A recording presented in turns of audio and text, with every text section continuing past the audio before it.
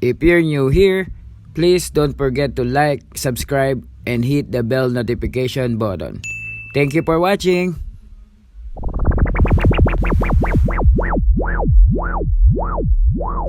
Welcome to Marty's Cook-Kusina.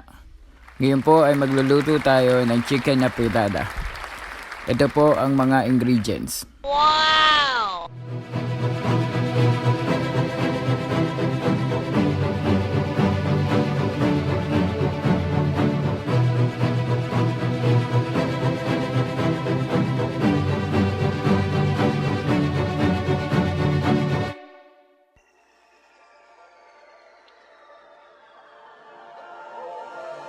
Yeah, you got that yummy, yum, that yummy, yum, that yummy, yum.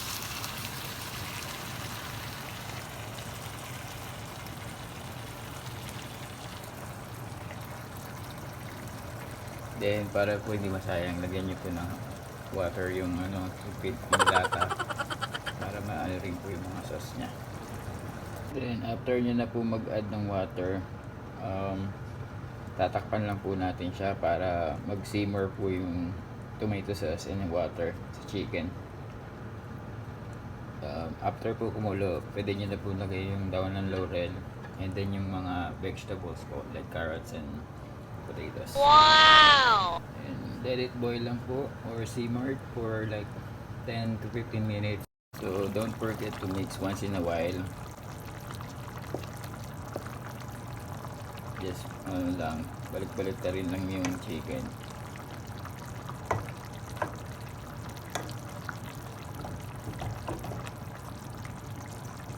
Pwede rin po kayo mag-add ng additional ingredients like hotdog para pampalasa rin po.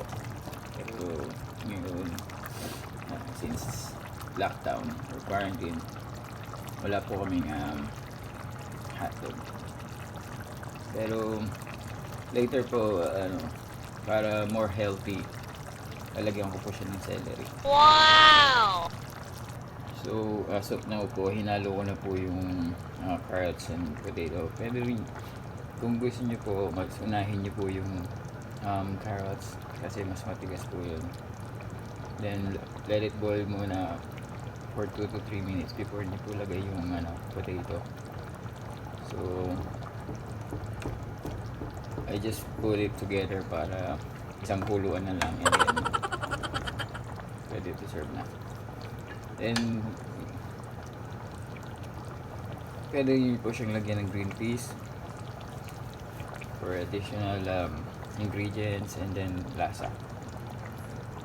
And then takpan nyo lang po and let it boil for 10 to 15 minutes or kapag malambot na yung carrots and then potato and then ready to serve. Wow! Don't forget to like and subscribe to my YouTube channel, ako si Marty mo, and to my second account, Chicken Afritada. Thank you for watching. Wow, sarap! Yummy, yummy!